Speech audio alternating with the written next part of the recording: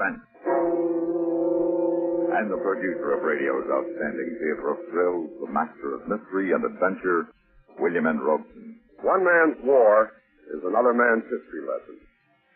Yet it is only 44 years ago this Indian summer that the war before the last set Europe afire.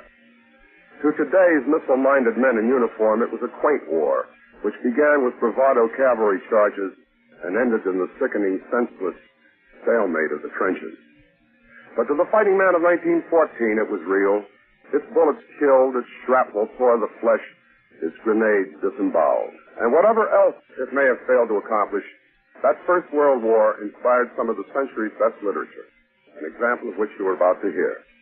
One of the most provocative short stories of World War I. Listen then as Herbert Marshall stars in The Man Who Won the War. The Man Who Won the War, starring Herbert Marshall. A tale well calculated to keep you in suspense.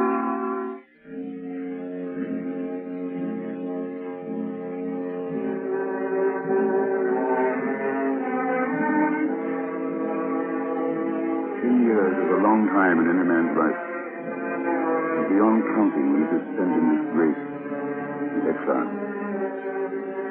It was 10 years ago tonight I first set foot upon this Flemish beach. I returned here tonight under a sort of compulsion, like a criminal returning to the scene of his crime. But I am no criminal, and what I did here 10 years ago was no crime. Oh, I'm so tired of forever staying and of forever being disbelieved.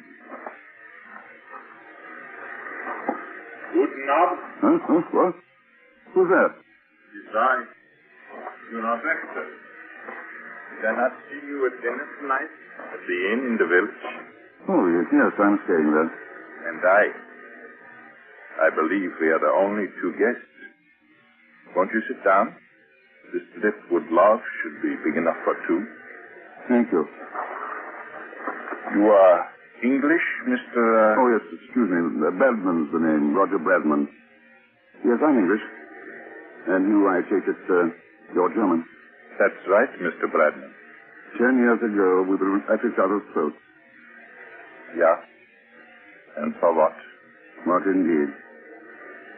If I may say so, Mr. Bradman, it seems strange to find an Englishman in a channel watering place in October. Yes, I suppose it does. Midsummer of the time we flock to the beaches. But then you don't find any Germans on the Belgian coast these days, at any time of the year. No. We are not exactly welcome here. And no wonder, after what we did to this country. It could have been worse. Did it? You might have won the war instead of losing it. Here on this beach 10 years ago. What? 10 years ago tonight on this beach. That's when you lost the war. I know because I'm the man who won the war. That is a most extravagant statement. Oh, I'm well aware of it. No one has ever believed it. No one. But it's true. Perhaps I would believe it. Would you? I might if I knew the details. Well, you wouldn't be interested. No one is. I am very much interested. I can't for the life of me see why. Believe me, Herr Bradman, I would like very much to hear your story. Very well. You see, when the war began, I was placed in command of the destroyer Fire Drake, attached to Admiral Hood's battle forces, North Sea Patrol. On the night of October the 28th, 1914, the Fire Drake was cruising up the Belgian coast to join the main fleet. We had taken aboard some extra shells and ammunition at Plymouth, along with several cases of Scotch whiskey, since the fleet was looking forward to extended action. And I'm afraid those cases were uppermost in our minds that night as we sat around the wardroom after dinner. I say, Commander, what brand of whiskey did ship's supplies put aboard? No, I didn't think of looking. I did. Cameron Highlander, it said on the boxes. And a very bonny brogue, too. That wouldn't be a hint, would it, Mr. Gilliam? Oh, no, sir. But it is nippy on deck tonight. Do you concur, Mr. Ainsley? Yes, indeed, sir. The wind's got a bite to it. Man could catch himself a nasty cold out there tonight. Very well, you scoundrel. Hopper, Aye, sir. Go down to the storeroom and break out a bottle of that whiskey we took aboard this afternoon. Aye, sir. Any news on the fighting front in Flanders, sir? What there is all bad. Our forces have a handful in the center. On the right, the French are just barely holding. But the real danger is right off there, to starboard. How's that, sir? The left flank, the Belgian sector. Von Kluck's Third Army is pressing hard. If he breaks through the Belgian line, you can write off France. The Kaiser will be in Paris in a week. Oh, here's Hopper with our wee drop. You needn't have bought the whole case, Hopper. I wanted you to see it, sir. I opened 4 of them, and the contents are all the same. Yes, I was right. It says Cameron Highlander on the box. Yes, sir, but the contents are not Cameron Islander whiskey. They're Cameron Islander uniforms. What? Yes, sir. See? Here's the kilt, and the Glengarrys, and the sporrans. Where's the whiskey? Well, as near as I can make out, there ain't any, sir. What I'd say is that them boxes contain nearly 200 Scotch Islander uniforms. I'm afraid this will be a dry voyage, gentlemen. So what shall I do with these boxes, sir? We'll stow them out of the way until we make port again. Aye, sir. There's the speaking tube, sir. Mr. Tweddle requests the captain come to the bridge. Acknowledge, will you please, Mr. Gilliam? Yes, sir. Now, what kind of trouble do you suppose Tweddle's run into? Coming along, Ainsley? Might as well. Can't bring kilts from Glengarry.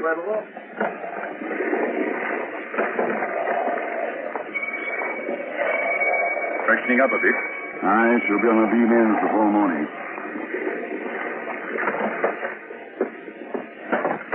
Yes, Mr. Tweddle? Thought you ought to see this, sir. Well, Look, there on our starboard quarter, a tiny light. yes, I see it. Yeah, take a look through the night glasses. Flashing on and off. That's right. And according to my reckoning, we're off the mouth of the Yser River. Now, if you look at this chart, you'll see that there are no lighthouses along this stretch of coast. Yet there is a flashing light where no light ought to be. Perhaps it's a signal of some sort, sir. Undoubtedly, but whose? Well, the Germans can't have advanced so far. How can you be sure, Mr. Ainsley? Wait a minute. That light's flashing a message in Morse code. Huh? G-R-O-G. G-R-O-G. Quartermaster, Aye, sir. change course to 110. Change course to 110, aye, sir. Now steering 110. What are you going to do, sir? Take a closer look. But, sir, this might be a trap. Yes, it might. But don't you recognize the code word, grog, Mr. Tweddle? No, sir. You were never a midshipman in the Royal Navy, were you, Mr. Tweddle? No, sir. My apprenticeship was in the merchant service. Then, of course, grog wouldn't mean anything to you. I don't understand, sir. Well, Mr. Tweddle, G-R-O-G is a midshipman's joke. It means good rum on goose days. Well, I don't understand, so when is Goose Day? That's the joke, Mr. Tweddle. Goose day never comes. In juvenile, I admit that fascinatingly esoteric when you're 14 years old. Why would anybody be sending a midshipman code word from the coast of Belgium in the middle of a war? That, Mr. Ainsley, is what we're going to find out. Be good enough to kick off a landing party. Aye, sir. Number 2 power launch. We shall go ashore in 10 minutes. But, Captain... You have your orders, Mr. Ainsley. Aye, sir. You can't be serious, Captain. I am, Mr. Tweddle. But this might be a trap. We have no way of knowing whether the Germans have advanced beyond this point or not. Yes, it might be a trap. Or it might be some poor beggar trying to escape the advance. It's worth looking into. But suppose it is a trap. Now, don't you worry, Mr. Tweddle. I'm not asking you to go ashore. I'm leading the landing party myself. It is not a matter of fear, sir. Naturally. One of caution. Of course. House speed ahead. Speed ahead, sir. The fleet orders clearly state. I'm quite aware of the contents of the fleet orders. And they state that elements of the Royal Navy are to give all possible aid and assistance to shore positions. They also limit such aid to ships of the class of the Mercy and the Severn. Very true, Mr. Tweddle. We'll stretch the limits of that portion of the orders a little, shall we? Furthermore, we are under specific orders to rendezvous with the flagship at dawn. Then we may be a little late. Sir, I protest. Mr. Tweddle, apparently things are different on the merchant service. But in His Majesty's fighting ships, an executive officer does not protest to his commander. You will heave to and drop anchor. If I have not returned within an hour, you will proceed to the fleet rendezvous. Is that clear? Yes, sir. Carry on.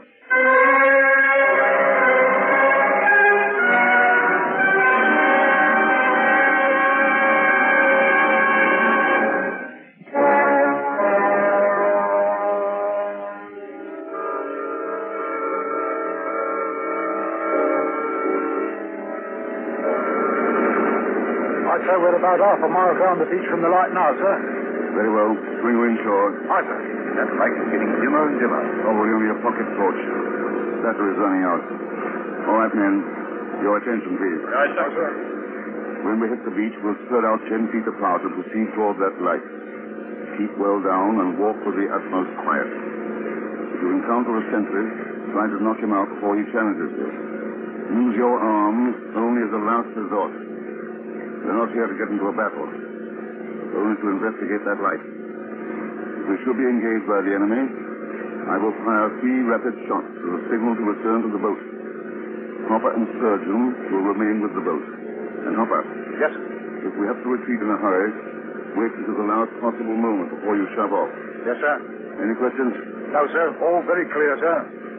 But brace yourself, lads. We're coming into the surf. Now, men, over the side and hold your rifles high.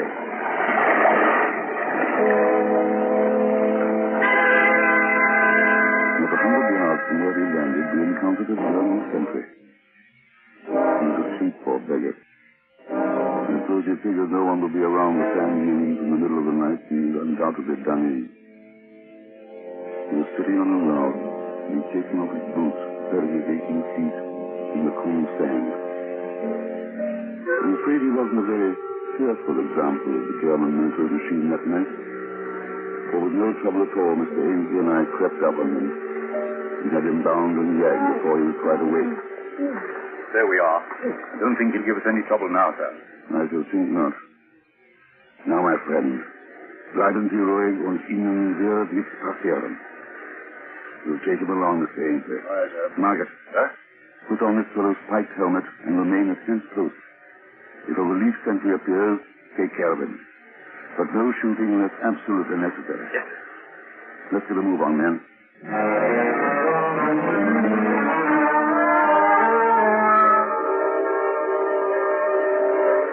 Just a moment, sir. Look there. What are those voices? Lightning halt.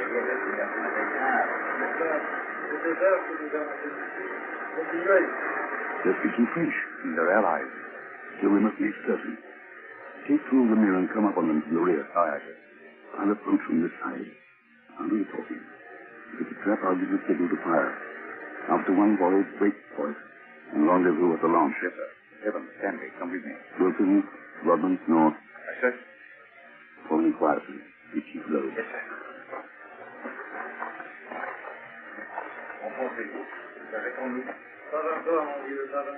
Allô? Que faites-vous là? Qu'est-ce qui se passe?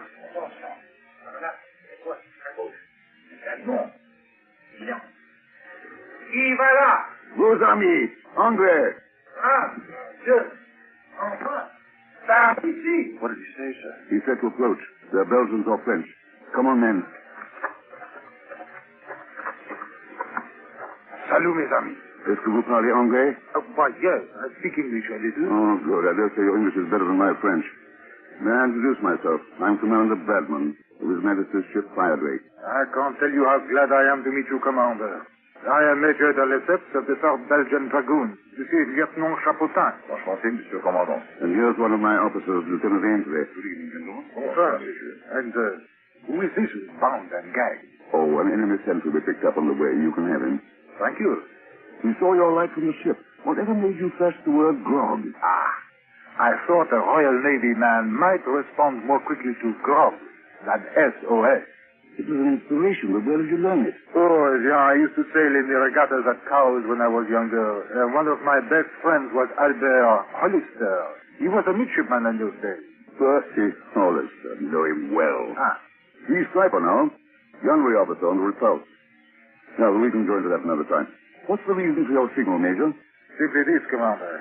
We are in trouble, serious trouble. We have been pushed back day after day until our men are completely exhausted. Our orders are to make a stand here at the Isère River, long enough to give the sappers time to blow the dikes. Once the dikes are broken, the river should stop the enemy. How long will it take to blow the dikes? We must hold the line until sundown. Roughly 18 hours. And you can't do that. I seriously doubt it, Commander.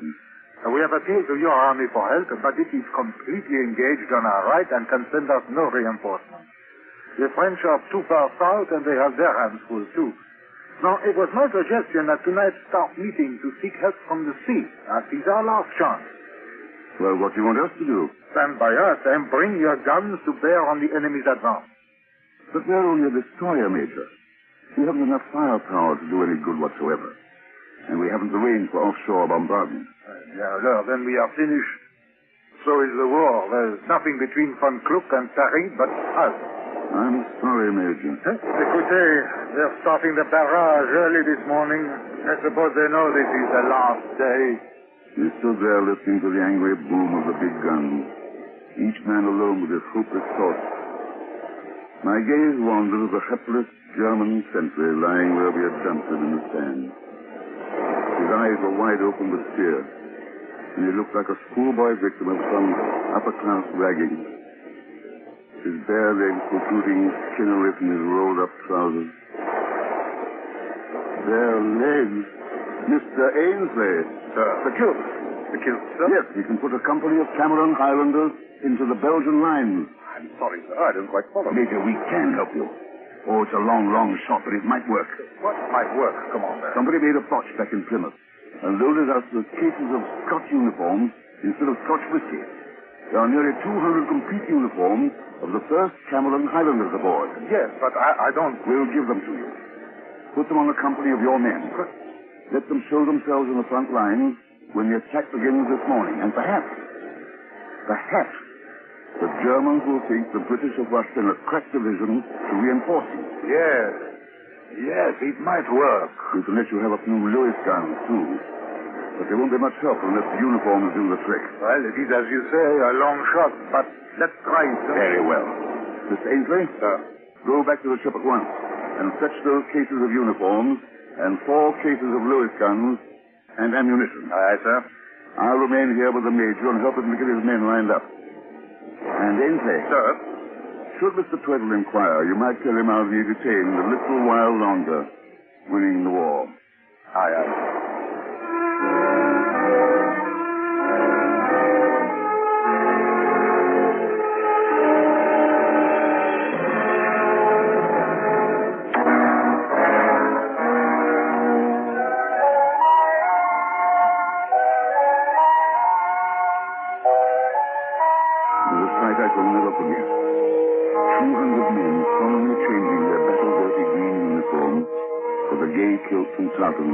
In the pale light of the city moon.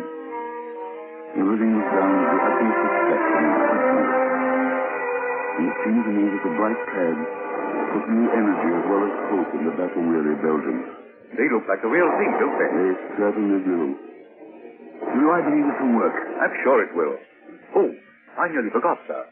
What, Agent? Mr. Tweddle asked me to tell you the flagship has been trying to reach you on the wireless. What do they want? Mr. Tweddle didn't say, sir. No, they'll have to wait till the business is finished. Mr. Tweddle said he'd reply, sir. Oh, very well, then. Well, Commander, that's the last of them. 1,000 thanks, sir. Not at all. Scott kilts are precious little use to a ship full of sailors. But they may do a turn for you this morning. I feel sure they will. Well, we must be on our way. Less than an hour till daybreak. Goodbye, Major. Goodbye, Commander. You must look me up after the war. Always reach me at the Navy Club in James's Square. Thank you, sir. I'll do that. Au revoir. Au revoir, Major. Bon chance and all that sort of thing.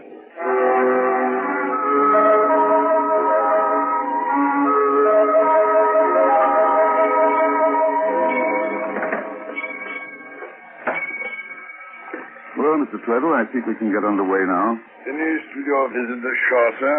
It's scarcely a social call, Mr. Tweddle. I think it may have been of some help to our allies this morning. Of course, sir. The flagship's been trying to reach you, sir. Oh, yes, Mr. Ainsley said something. I signaled them that you'd gone ashore. Oh, you did? That must have intrigued them. Well, I shouldn't say they were pleased. I just received this reply from them. Mm-hmm. As senior officer present aboard, you are ordered to take command of Firedrake and proceed to Fleet Rendezvous immediately. Well, that's a neat double cross, Mr. Tweddle. I'm sorry, Mr. Bradman, but my responsibility is to the ship on which I serve. Yes, I can see that it is. However, since you are once more aboard... Oh, no, Mr. Tweddle. You have your orders from the flag. Follow them.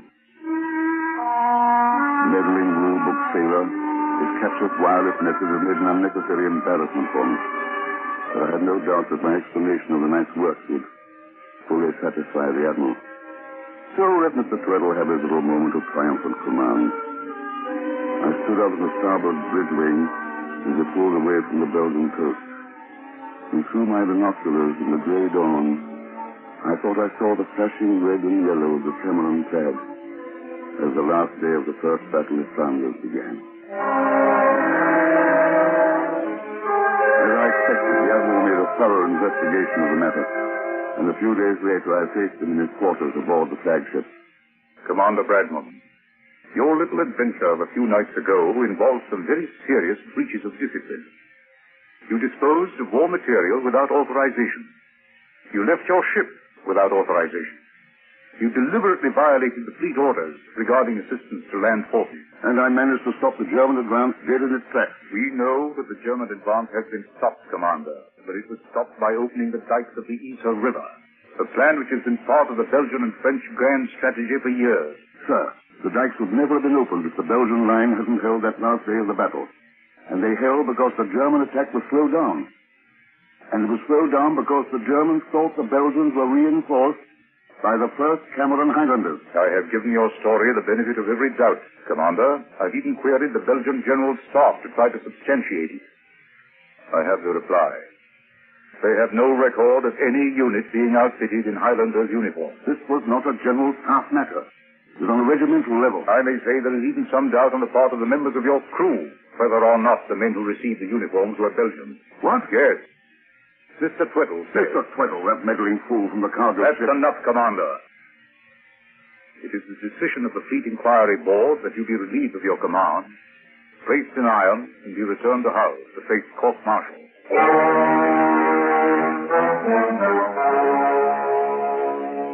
Well, that was all there is to tell, Herr Bexel. The court-martial at Hull sustained the Board of Inquiry's decision, and I spent the rest of the war in prison. Afterwards, I naturally had to leave England. And wherever I went, sooner or later, Vancouver, Singapore, Melbourne, the story, their story, followed me. Sooner or later, some ex-Navy man would turn up to recognize me, and I would have to move on. And that's the way it's been since. Moving. Moving, always moving. Until at last I was compelled to return to this very spot where it all happened. Why, I don't know. I know. You do?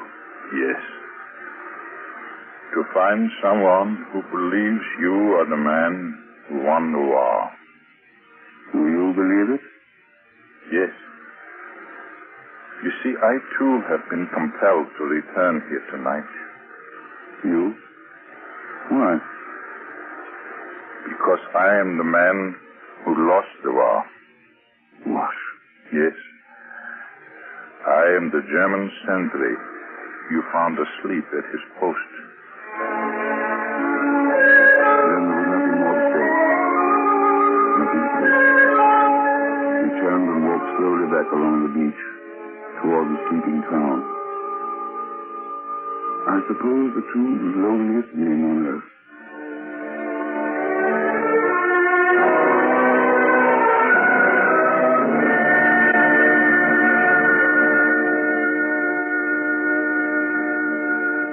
Suspense, in which Herbert Marshall starred in William N. Robeson's production of The Man Who Won the War, written by Robert Buckner and dramatized for suspense by Mr. Robeson. Herbert Marshall and The Man Who Won the War were Abraham Sofair, Ramsey Hill, Ben Wright, Ted DeCorsia, and Barney Phillips. Listen again next week when we return with another tale well calculated to keep you in suspense.